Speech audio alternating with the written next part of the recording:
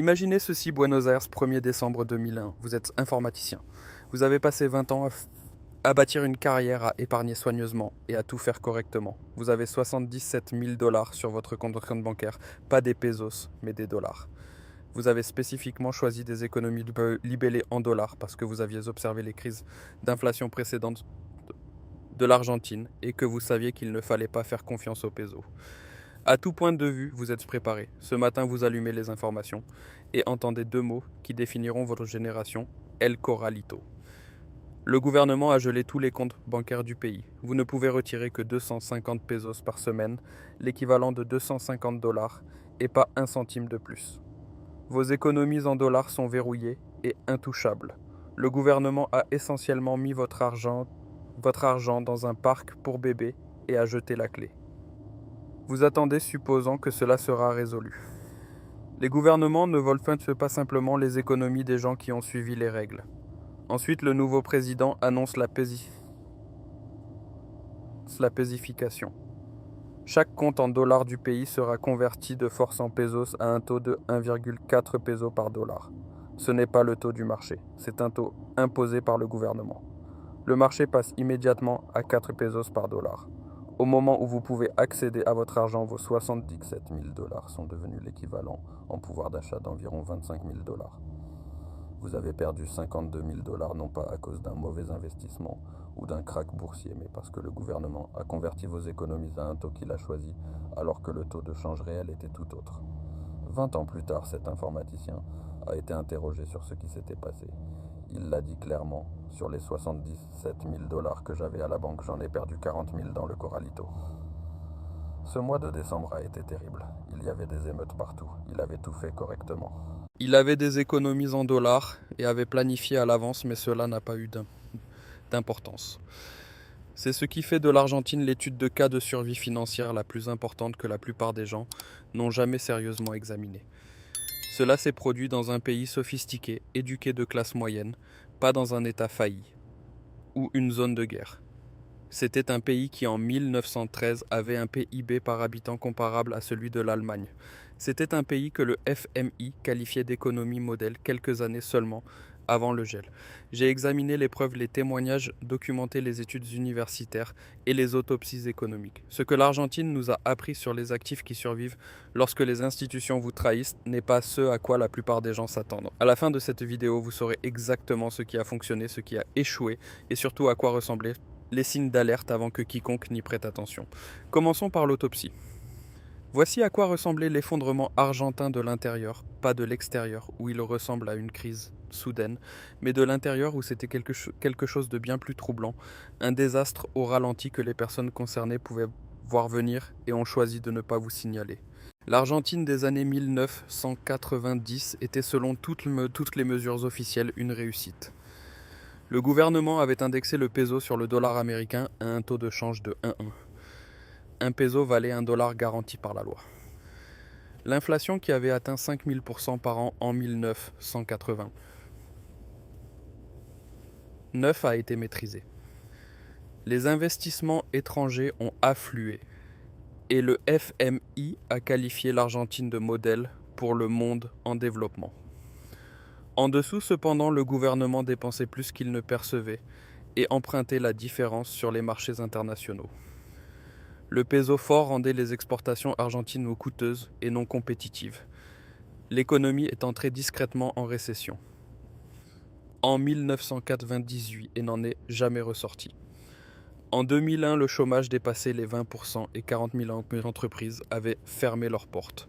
Maintenant, voici la partie qui devrait vous faire réfléchir. À la mi-2000, 6 mois avant le Corralito, il était déjà clair pour les dirigeants de banques que le système bancaire argentin se dirigeait vers l'effondrement. Des preuves documentées montrent que des hauts fonctionnaires ont discrètement contacté leurs plus gros clients entreprises pour les avertir. Ces clients, grandes entreprises et particuliers fortunés, ont immédiatement transféré leurs dépôts à l'étranger, hors d'Argentine et hors de portée. Pendant ce temps, ces mêmes banques continuaient de recommander à leurs clients de la classe moyenne de déposer davantage. « Gardez votre argent chez nous, il est en sécurité », disait-elle. Alors que la porte de sortie se fermait, les banques vendaient encore des tickets à des gens qui ne savaient pas qu'il y avait un incendie. Au moment où les Argentins ordinaires ont compris ce qui se passait, 15 milliards de dollars, environ 20% de tous les dépôts, avaient déjà quitté le système. La sortie a eu lieu en premier. Elle a été ordonnée invisible et n'était accessible qu'aux personnes ayant les bonnes relations. Le 1er décembre 2001, le ministre de l'économie Domingo Cavallo a annoncé le Corralito. Tous les comptes bancaires ont été gelés.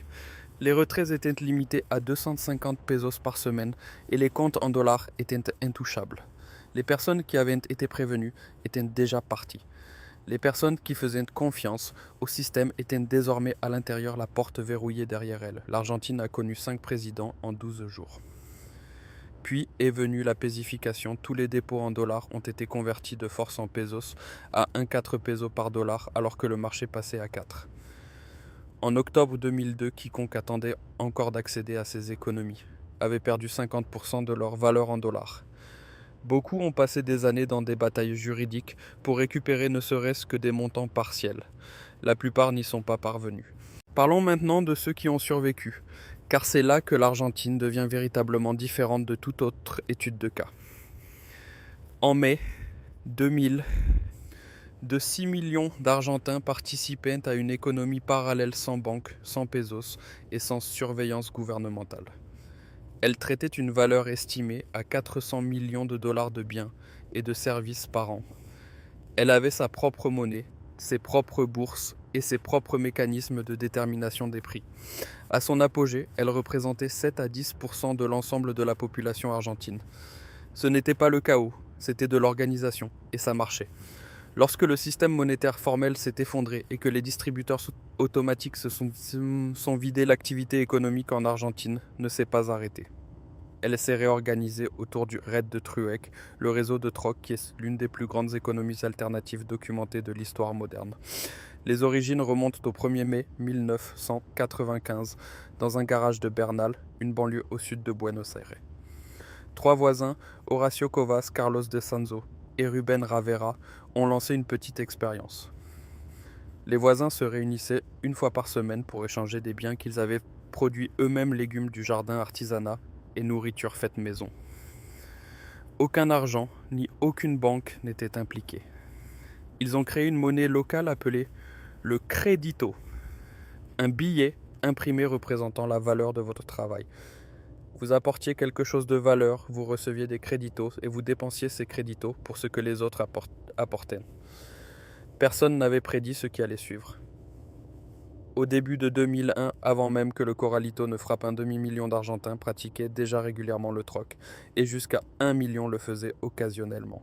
Le New York Times a couvert une seule foire de troc du 1er mai à Buenos Aires qui a attiré 10 000 personnes en week-end.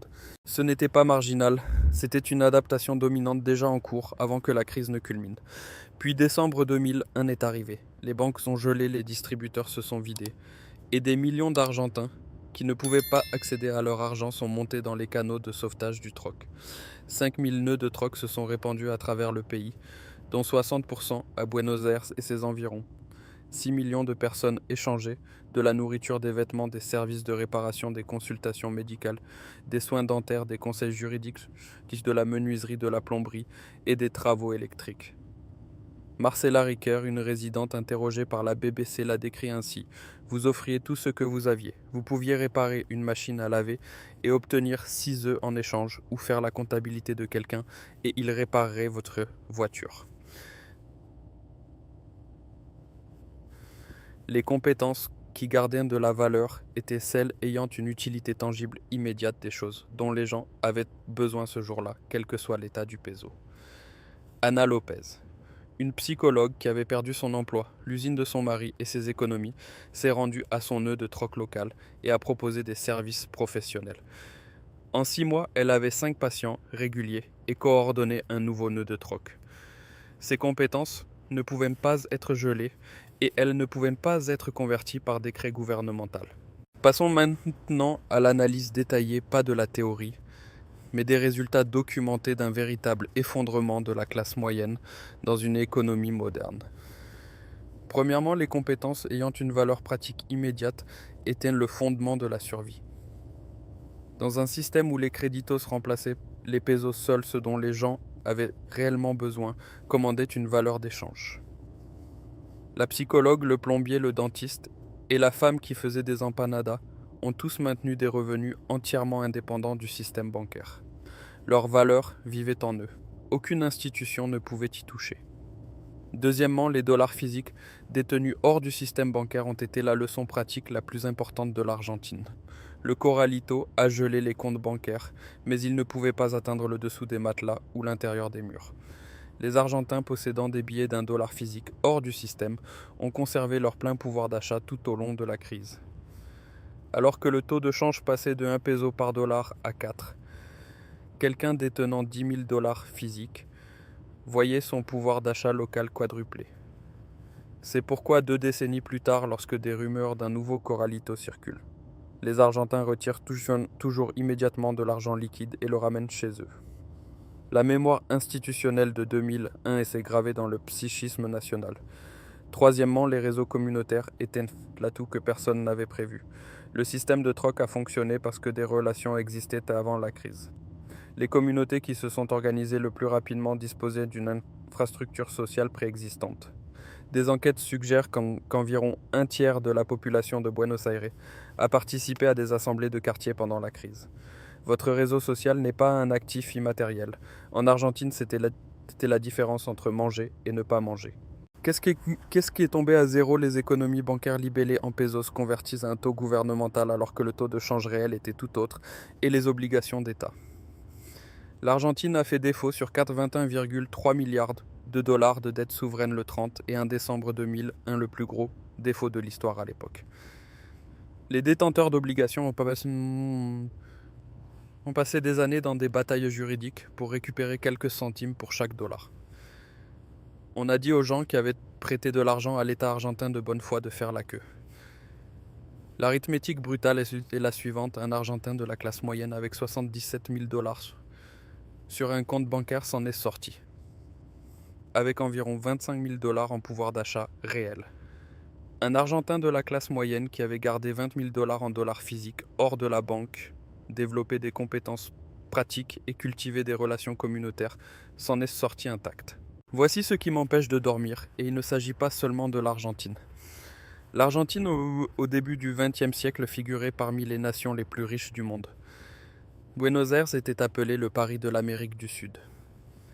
En 1913, le PIB par habitant de l'Argentine était comparable à celui de l'Allemagne. Elle comptait des professionnels instruits, une classe moyenne massive, des terres fertiles et des ressources importantes. Et pourtant, en 1989, l'inflation a atteint 5000%. En 2001, le gouvernement a saisi les économies de ses citoyens, non pas dans un trou perdu mal gouverné, mais dans une société sophistiquée, éduquée et de classe moyenne qui avait toutes les raisons de croire que ces institutions étaient dignes de confiance. Le mécanisme qui a produit le Corralito n'est pas uniquement argentin. Le gouvernement emprunte au-delà de sa capacité de remboursement, l'indexation de la monnaie devient insoutenable. Et la fuite des capitaux commence discrètement parmi ceux qui ont accès à l'information. Le gouvernement gèle ensuite les comptes et la conversion et la dévaluation détruisent l'épargne de la classe moyenne alors que les personnes connectées sont déjà sorties. Prenez la Turquie par exemple. Entre 2020 et 2022, le président Erdogan a licencié 3 gouverneurs de la Banque centrale et les a remplacés par des fidèles, ceux qui ont réduit les taux d'intérêt, alors même que l'inflation montait en flèche. Selon toute norme orthodoxe, cette mesure était financièrement aberrante, mais elle était politiquement commode. L'inflation avait atteint 36% à la fin de 2021 et la livre a perdu 44% de sa valeur cette année-là seulement. À la mi-2022, l'inflation annuelle avait atteint 78,6%. Les prix des denrées alimentaires ont doublé et les coûts de transport ont augmenté de plus de 100%. Les réserves de change net de la Banque centrale sont devenues négatives. La banque empruntait des réserves à des institutions nationales, juste pour afficher un chiffre positif sur le papier. Les Turcs, qui comprenaient ce qu'ils voyaient, se sont tournés vers les dollars physiques, les euros et l'or. Les magasins ont commencé à fixer les prix des marchandises en dollars américains. Au moment où la plupart des gens ont ressenti le plein impact, la sortie informée avait déjà eu lieu. Regardez le Liban pendant des années. Avant 2019, libanaise offrait des intérêts de 10 à 15% sur les comptes en dollars. Ce n'est pas le signe d'un système sain, c'est le signe d'un système qui soudoie les gens pour qu'ils restent à l'intérieur. Cela aurait dû être un signal d'alarme visible, mais la plupart des gens ne l'ont pas interprété comme tel. Lorsque la crise a éclaté, la livre libanaise s'est effondrée, passant de 1500 pour 1 dollar à 90 000 en 2023, une perte de 98% du pouvoir d'achat en 4 ans. Les déposants ayant des comptes en dollars les ont vus convertis en livres au taux officiel, puis ont vu ce taux devenir insignifiant. Ceux qui possédaient des dollars physiques hors du système s'en sont sortis. Ceux qui étaient à l'intérieur, non. Les données sont toujours là, mais la plupart des gens ne regardent pas les bonnes données. Revenons à cet informaticien, 77 000 dollars et 20 ans d'épargne minutieuse. Il a épargné en dollars précisément parce qu'il avait tiré les leçons du passé de l'Argentine. Selon toutes les normes raisonnables, il s'était préparé. Et le 1er décembre 2000, rien de tout cela n'a suffi, parce que chaque dollar qu'il possédait se trouvait à l'intérieur d'un système qui pouvait être gelé par un simple coup de fil d'un ministre du gouvernement. Le protocole argentin est la réponse à cette vulnérabilité spécifique. Ce n'est pas un fantasme survivaliste ou de la paranoïa. Il se compose de 5 éléments documentés qui ont réellement fonctionné. Premièrement, développer des compétences qui ne peuvent pas être gelées. Identifier une ou deux compétences pratiques qui produisent une valeur immédiate, indépendamment de l'infrastructure financière, conservation des aliments, connaissances médicales de base ou un métier manuel. Anna Lopez n'a pas cessé d'être psychologue lorsque la crise a frappé. Elle a rendu sa compétence transportable. Le gouvernement pouvait geler son compte, mais il ne pouvait pas geler ce qu'elle savait. Deuxièmement, garder de l'argent liquide physique dans une devise étrangère, stable hors du système bancaire. Le chiffre sur votre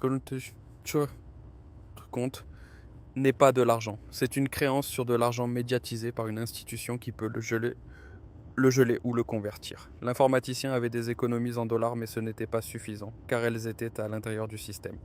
Ceux qui gardaient des dollars physiques à l'extérieur ont conservé leur plein pouvoir d'achat. Troisièmement, bâtissez votre réseau communautaire avant d'en avoir besoin. Le réseau de troc a fonctionné parce que des relations existaient avant décembre 2001. Chaque voisin que vous connaissez, et chaque relation de confiance que vous bâtissez maintenant est un capital social qui fonctionne comme un capital financier lorsque les institutions échouent.